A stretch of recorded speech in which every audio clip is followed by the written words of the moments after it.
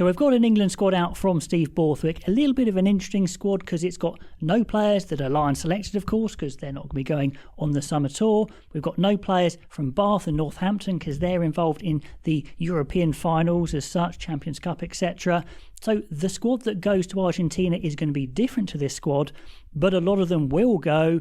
And also in the game they're preparing for, which is kind of the preparation game for the tour, an uncapped game against a France 15. A lot of these players are going to play, but it does depend who makes the Premiership final a week before as well. So a lot up in the air. We can't really guess what sort of side he's going to play in that uncapped game against France, but we can certainly have a look at the makeup of the squad, compare it against some of the players I've been talking about that I selected last week that might be in this squad, and it's very strong. There's a lot of good players in here, a few interesting calls, and I think the big headline is a return for Emmanuel Feyi-Waboso. Great news. We knew he was back rehabbing, he was running, etc. And it looks like he's going to be fit for this game. So surely that is the plan, to play him at least in this game, then go on tour. Will the Lions come calling? Who knows? I think Darcy Graham might, have something to say about that. But still, that is great news showing his progress is good. So I've put the squad into positions here just to make it a bit easier to understand. Dan, George and O'Gray, kind of unsurprising there. Those are the guys who have been really tearing it up. There's no younger hookers in there, maybe like a Jabulu, no punt on him. They weren't going to take Tupelutu from Bath because he's a Bath player and maybe it would be too early for him anyway. But these guys obviously been involved in England for a long time. George may well be the captain for the tour as a former England captain, so absolutely no surprise in the hookers. A very strong propping lineup. These guys all involved heavily for England. Yeah, Finn Baxter's been struggling a bit at Harlequins because the whole pack's been struggling. There's a few Harlequins in there. Kenningham again has been working hard for Harlequins, but again, that pack not looking great. Rod has been looking fantastic for Sale. Sale really coming back in strong into the season, making a good charge at the Premiership final. So guys like him may not be involved in that warm-up game against France because maybe they'll be in the Premiership final. Hayes has been very strong for Leicester. Again, another team that could be involved in the Premiership final. Fazagbong should be available. He's been very good for Gloucester. Gloucester, again, have been an up and down team, but he's a big player for them. He's staying for next season. So, again, he's going to grow into a bit of a cult hero, I think, in Gloucester. It's going to be fantastic to see him on tour. I hope he gets some games because he's in amongst some really strong competition there. And Apoko Fajor, which side of the scrums is he going to play? I don't really mind as long as we see him play. Fantastic form for Sale. So, yeah, a few guys that might not be available for the game, but incredibly strong. Second row is interesting. They've gone for Joe Batley of Bristol, who's been very good all season. I'd gone for a younger Bristol guy, Owen, but Batley, who was charging a load of kicks down in the last round. He is a menace, amazing round the park as you'd expect.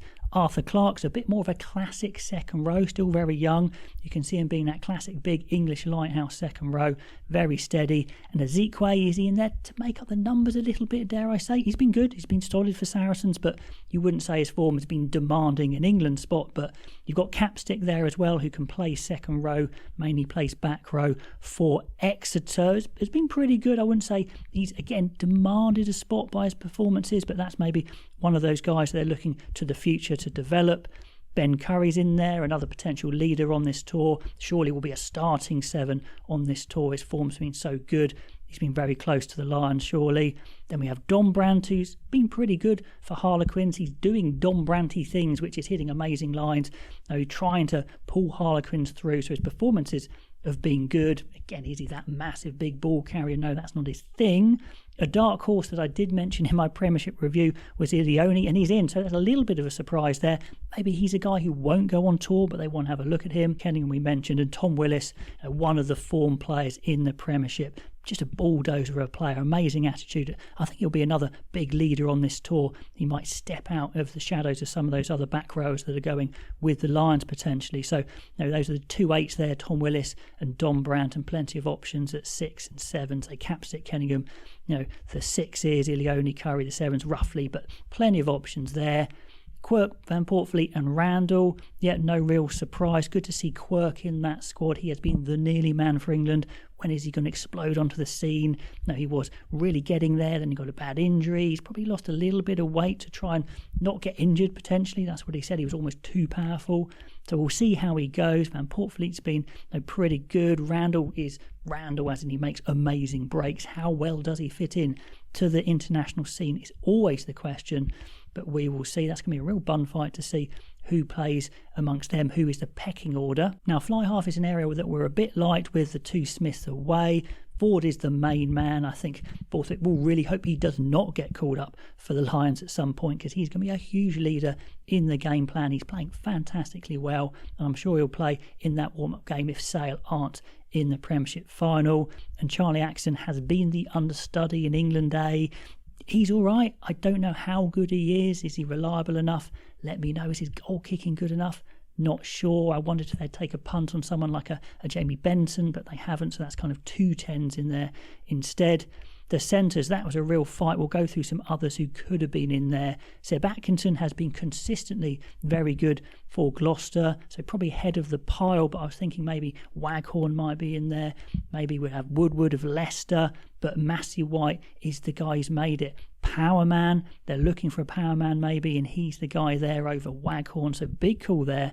Well done for Massey White for a good few rounds of really solid performances for Sale. Well, more than solid, really eye-catching. Beard is your speed 13. Northmore, the nearly man, didn't play for Harlequins, but in the England squad a bit weird. Those last two, I'm not so sure about. Slade, on his form for Exeter, would you pick him for England if you didn't know all the things he'd done before?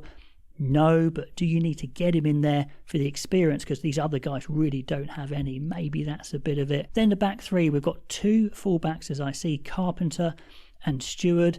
Now Stewart again got stepped by Dunn, the hooker, at the weekend. He is very vulnerable one-on-one, but he's got lots of ability. Will he move into the centres? Are they going to say to him, look, you're just a bit too slow on the turn to play England fullback. Maybe you need to move into the centres. He's talked about it. You guys in the comments have always talked about it. Carpenter's been really, really solid all season. Like I said, Feyi-Waboso, the big story. Elliott is an interesting one. Tobias Elliott started the season amazing for Saracens, then made a stack of mistakes, I think that's fair, and has come back strong. So he's won that over the likes of Hassel-Collins, the likes of Radwan. He's probably the big miss there, actually, Adam Radwan. I probably would have had him in over Elliott or Stewart potentially. Obviously, they want 2 fullbacks, though.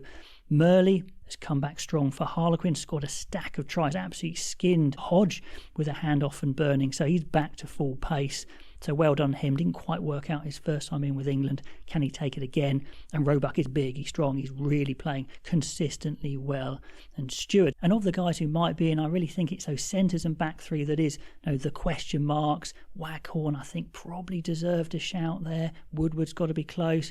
Brambanpo, Hassel-Collins and Radwan. Hodge maybe isn't defensively quite good enough. So a few guys who could be a little upset, but generally it's a very good squad. No idea what the team's going to be for that France 15, because it depends who's in the final or maybe even the semi-final, who's fit to go. But it's going to be a really interesting one. I think this is going to be a very strong England team going out to Argentina. It's going to need to be, because Argentina are going to be great. I actually can't wait for that series in the middle of the Lions. It's going to be a little bit lost, but not on my channel. So do subscribe if you're into this sort of thing, and I'll catch you next time.